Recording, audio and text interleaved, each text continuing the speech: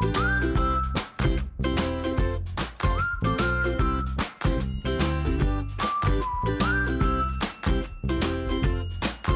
et bienvenue sur Kidby. Par ici les bonnes idées, avec aujourd'hui notre thème sur le sommeil à tous âges. Et oui, de la toute petite enfance avec les nourrissons jusqu'à l'adulte, en passant par les enfants et les adolescents. Le sommeil est un grand sujet et nous avons le plaisir d'accueillir aujourd'hui nos deux invités.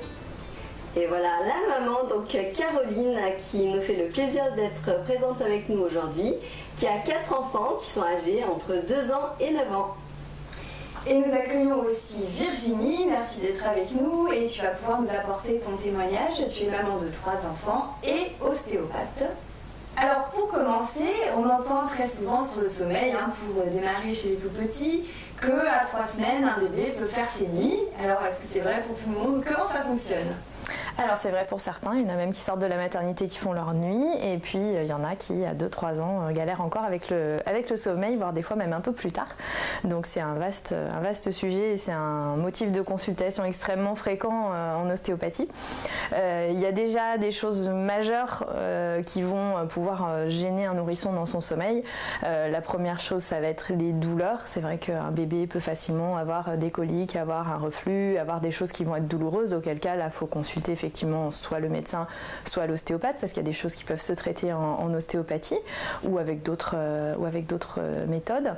Et après, une des choses principales qui va quand même souvent gêner l'enfant dans le sommeil, ça va être les peurs.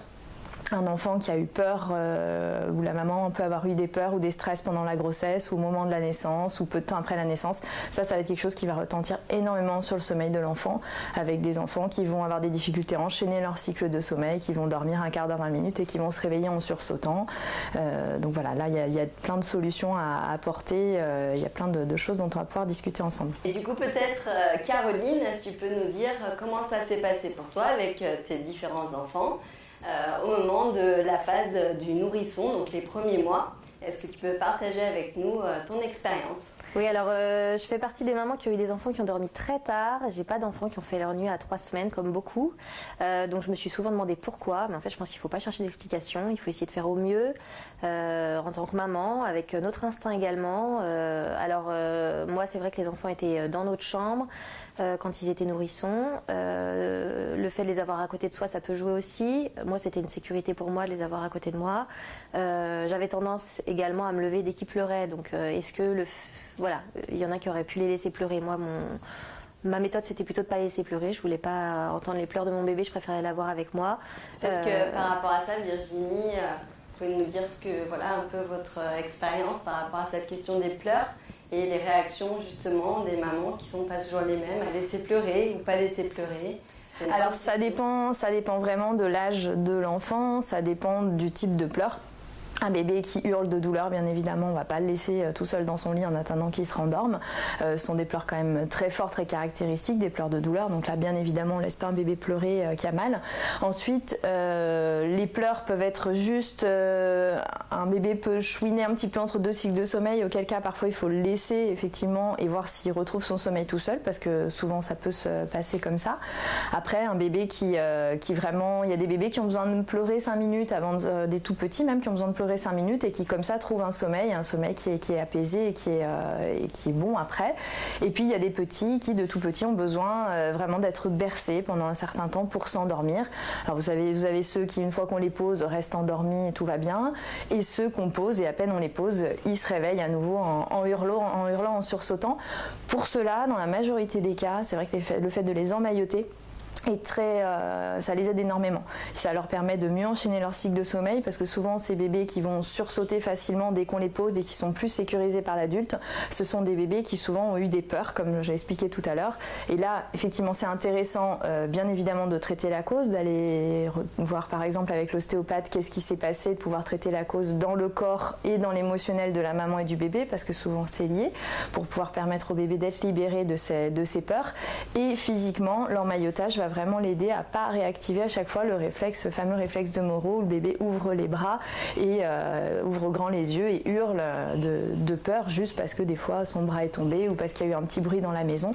Et là, dans ce cas-là, vraiment l'emmaillotage va être aidant. Et il y a des bébés, je sais que c'est pas recommandé, mais il y a des bébés qui ne dorment bien que sur le ventre. Il y a des parents qui se rendent compte qu'en fait leur enfant, il suffisait de le mettre sur le ventre, ils s'en rendent compte à 6 mois parce que l'enfant, ça fait 6 mois qu'il ne dorme pas et du jour où il se retourne sur le ventre, et bien l'enfant dort super bien et tout se passe bien parce que là, dans cette position, ils peuvent enchaîner leur cycle de sommeil. Alors on ne peut pas conseiller dès la naissance de coucher un enfant sur le ventre.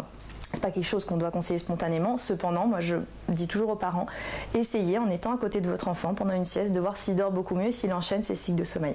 Et si c'est le cas, et si effectivement l'enfant dort beaucoup mieux, il existe une solution par rapport à ça, c'est qu'il existe des matelas, enfin des détecteurs en fait de la respiration du bébé qu'on peut mettre sous le matelas, qui rassurent en fait les parents et qui permettent d'éviter les problèmes de mort subite du nourrisson. Si l'enfant s'arrête de respirer, ça sonne et c'est extrêmement efficace.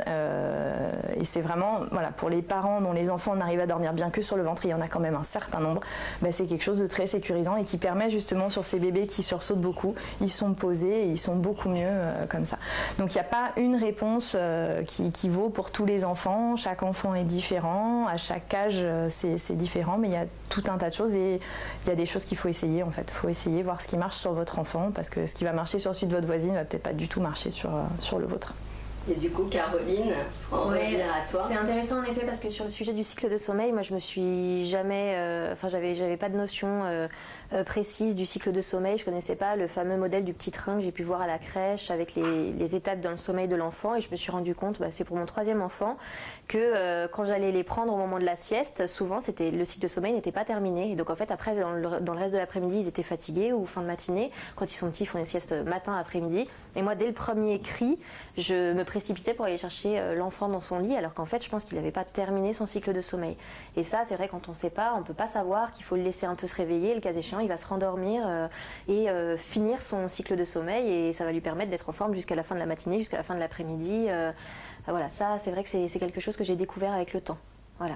Et après sur la notion de sécurité de l'enfant, moi j'ai beaucoup porté mes enfants en porte-bébé et c'est vrai que ça les rassure énormément. Moi c'est des enfants qui avaient besoin, surtout le 3e et le 4e, je les ai portés 3 mois en porte-bébé non-stop. La journée ils dormaient pas dans leur lit, c'était uniquement sur moi, ça marchait pas. J'ai tenté, ça fonctionnait pas. C'était ça en effet le réflexe impossible de les coucher, ils trouvaient pas le sommeil. Et voilà, moi je savais qu'ils étaient en sécurité sur moi, j'avais les mains libres pour faire ce que j'avais à faire, pour m'occuper des autres frères et voilà, donc ça s'est fait comme ça et c'est des moments précieux pour la maman aussi d'un autre côté. C'est fatigant parce qu'on les a toujours sur soi et en même temps c'est des moments vraiment précieux. Et ça a fonctionné pour, tu disais, pas tous tes enfants? Oui, alors c'est vrai que il y avait une demande je sentais qu'il y avait une demande plus particulière pour le 3e et le 4e. Le 1er et le 2e, je les ai beaucoup portés en porte-bébé, notamment pour les pleurs du soir. J'ai souvenir à partir d'1 mois et demi, quand ils commencent à avoir leur colique, c'était la seule solution, les mettre en porte-bébé, de se balader comme ça dans l'appartement pour les bercer, les rassurer. Ce contact aussi avec la maman, ça rassure l'enfant. Et puis le fait d'être peau à peau, ça appuie un petit peu sur l'estomac de l'enfant et je pense que ça le soulage. Donc en effet, les besoins sont vraiment différents d'un enfant à l'autre et on s'adapte en fait en fonction de la demande. Et on a tendance à croire en effet que ce qu'on a fait pour le 1er, on va le faire pour le 2e, pour le 3e, pour le 4e pour moi. Et en fait non. Alors moi c'est vrai que j'ai des enfants qui n'ont pas beaucoup dormi, qui ont dormi tard en tout cas, qui n'ont pas trouvé des sommeils la nuit qui étaient réparateurs. Ils se réveillaient tout le temps et très longtemps.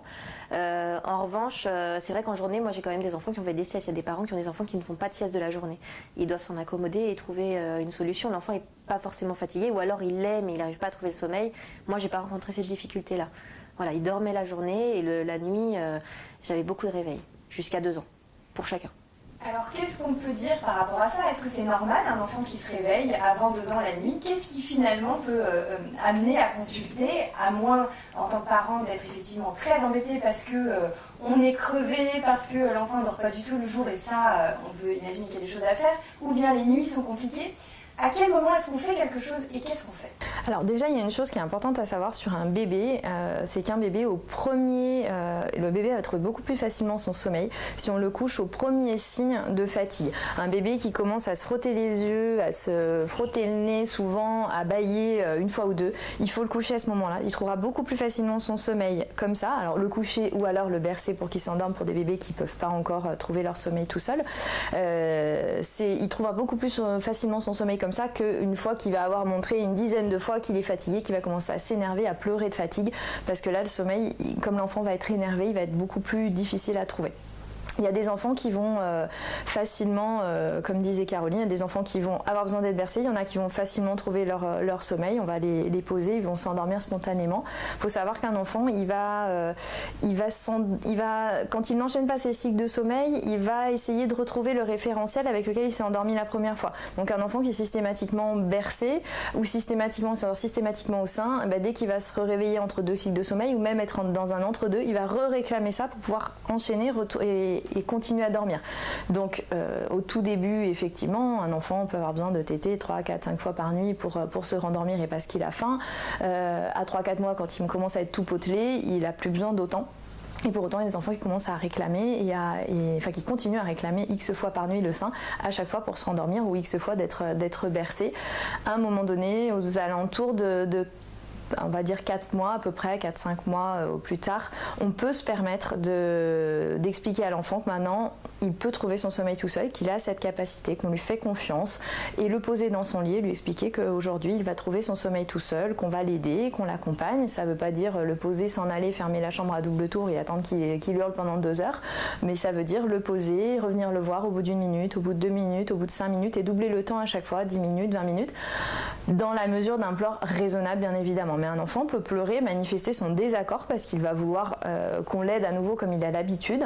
C'est pas mauvais pour lui à ce moment-là de le laisser pleurer en venant bien sûr le rassurer entre deux, lui dire que juste poser la main, lui dire qu'on a confiance, qu'on sait qu'il va y arriver. Et l'enfant y arrive.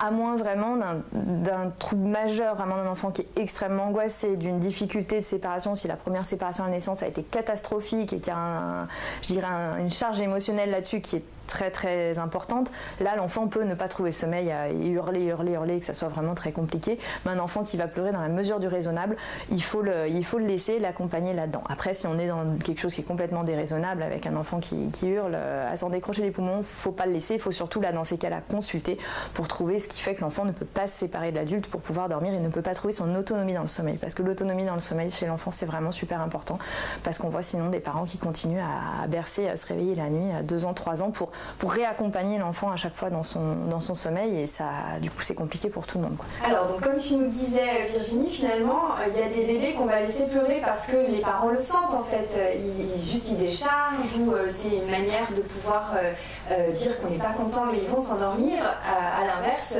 les parents, et surtout les mamans qui ne laissent pas pleurer leur enfant, en général, on peut leur dire: faites-vous confiance, si vous ne laissez pas pleurer, c'est qu'effectivement les pleurs vous indiquent quelque chose qui peut être de l'angoisse, qui peut être une vraie difficulté. Donc voilà, il ne s'agit pas de conseiller, laisser pleurer, ne pas laisser pleurer. En fait, il s'agit de sentir en tant que parent, là où c'est pas tolérable pour soi, c'est que ça ne va pas. Et là, vers quel professionnel est-ce qu'on s'oriente? Alors on peut s'orienter, le pédiatre peut parfois être de très bons conseils bien évidemment.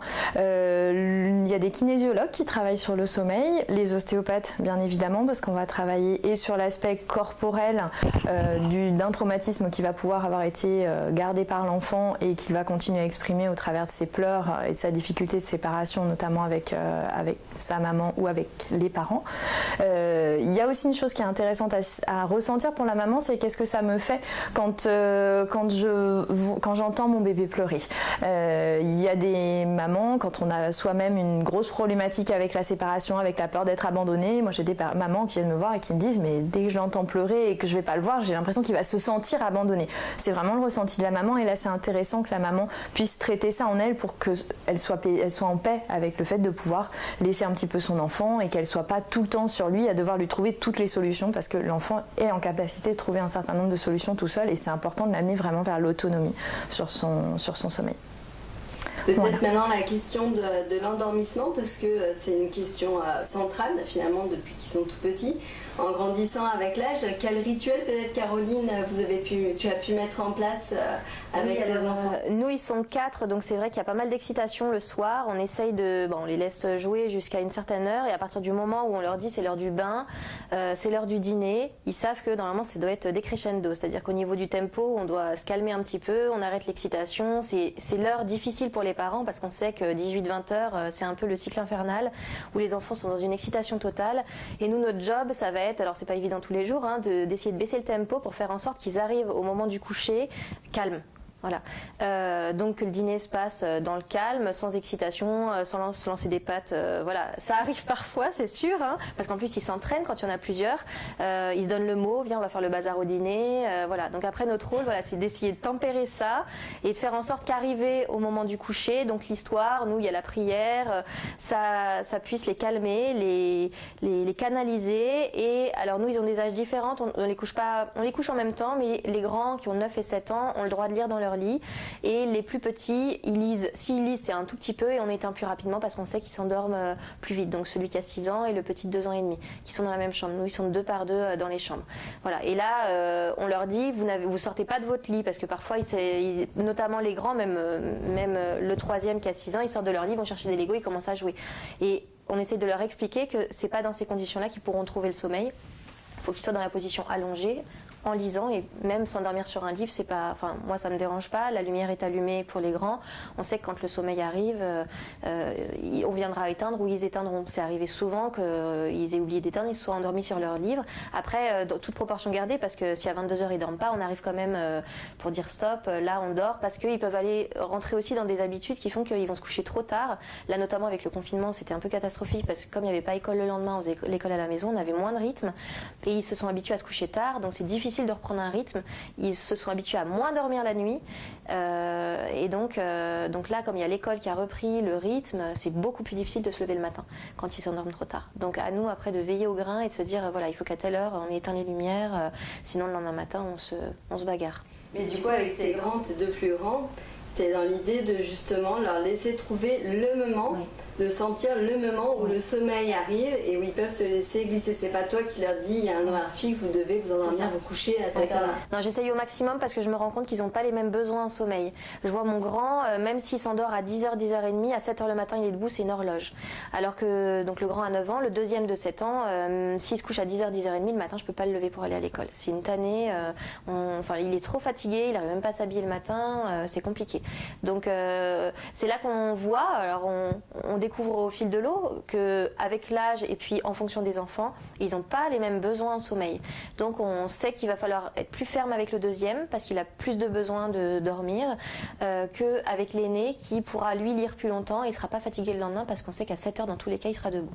Donc on retient vraiment l'importance finalement de s'adapter aux besoins de ses enfants et que voilà, il ne faut pas faire la même chose pour tous ses enfants. C'est important vraiment d'avoir cette attention privilégiée.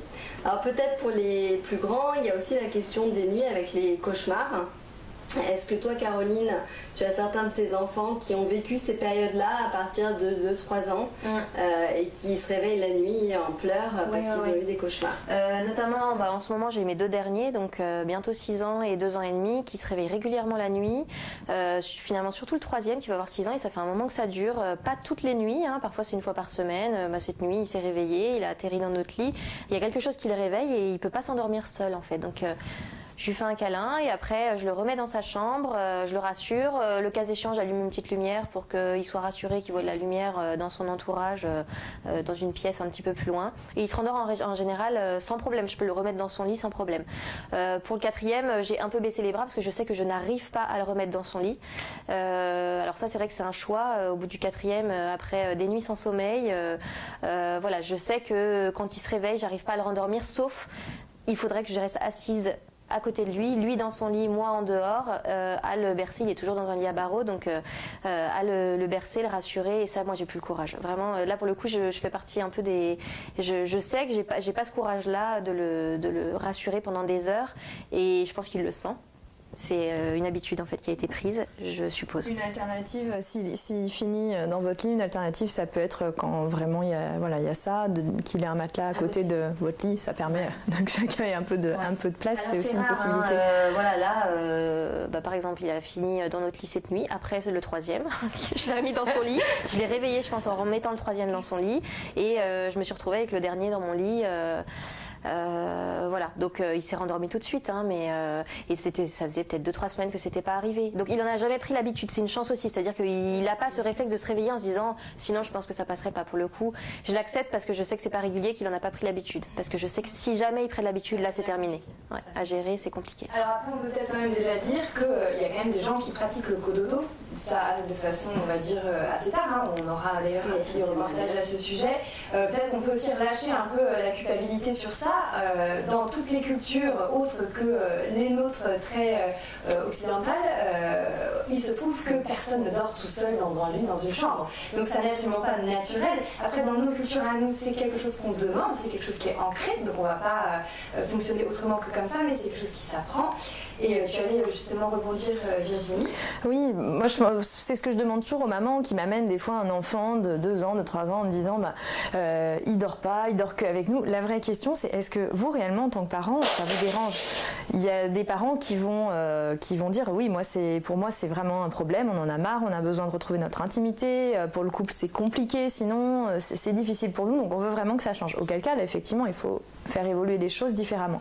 Il y a des mamans qui réellement quand je leur pose cette question-là me disent c'est vrai que maintenant que vous me demandez ça, en fait, moi j'aime bien l'avoir avec moi, j'aime bien quand... En fait, on aime bien, donc l'enfant il sent bien que c'est pas un vrai problème et qu'il n'y a pas de vraie barrière, donc il n'y a aucune raison que lui se prenne l'initiative de faire différemment, il ne faut pas rêver.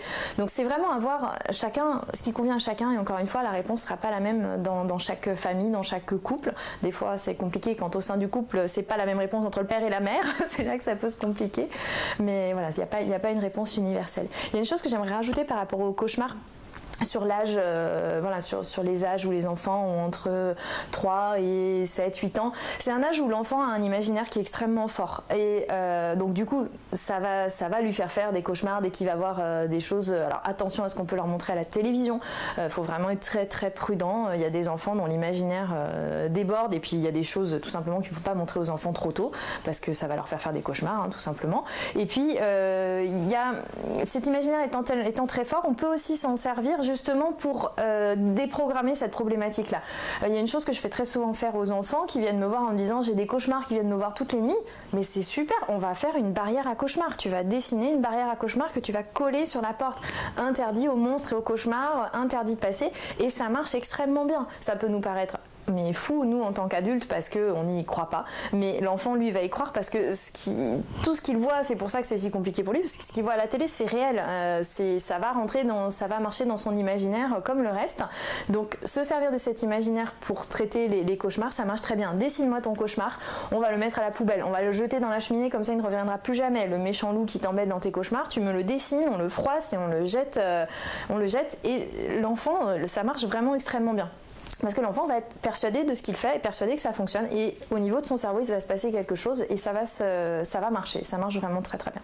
Et Virginie, est-ce que tu aurais des conseils aussi à donner aux parents pour les enfants qui ont des terreurs nocturnes la nuit ? Alors la vraie terreur nocturne, il y a souvent, en ostéopathie en général ça marche assez bien, parce qu'il y a souvent une composante vraiment de quelque chose à traiter dans le corps. Moi de ce que j'ai constaté, souvent on va avoir des thorax qui vont être tout coincés. Il y a souvent une angoisse aussi sous-jacente, il y a quelque chose à défaire et l'enfant ne fait pas des terreurs nocturnes pour rien. Quand c'est vraiment une de temps en temps, ok c'est pas bien grave, on peut passer dessus. Quand c'est vraiment toutes les nuits, il faut consulter parce que c'est infernal pour tout le monde. Et comme le somnambulisme d'ailleurs, et là-dessus, par expérience, l'ostéopathie marche quand même assez bien. Le somnambulisme aussi ? Oui, le somnambulisme aussi. Ouais. Alors ça, là-dessus, les résultats sont vraiment intéressants. Vraiment, j'ai été moi-même surprise, honnêtement. En général, j'ai des très bons résultats sur le somnambulisme. J'ai découvert avec les enfants qui ont appris, qui m'ont guidée sur ce qu'il fallait débloquer dans leur corps et ça marche vraiment bien. Ouais. Merci Virginie pour tous ces outils, pour tous ces conseils et pour ton témoignage d'aujourd'hui. Merci à vous. Merci à toi Caroline également pour ton expérience avec chacun de tes enfants, ton approche bienveillante et toujours à l'écoute de toi, tes enfants et de ton mari. À retenir de cette conversation d'aujourd'hui, faites-vous confiance, Faites confiance aussi au papa parce qu'il est là en complément de vous, il a son approche à lui qui peut des fois débloquer des situations.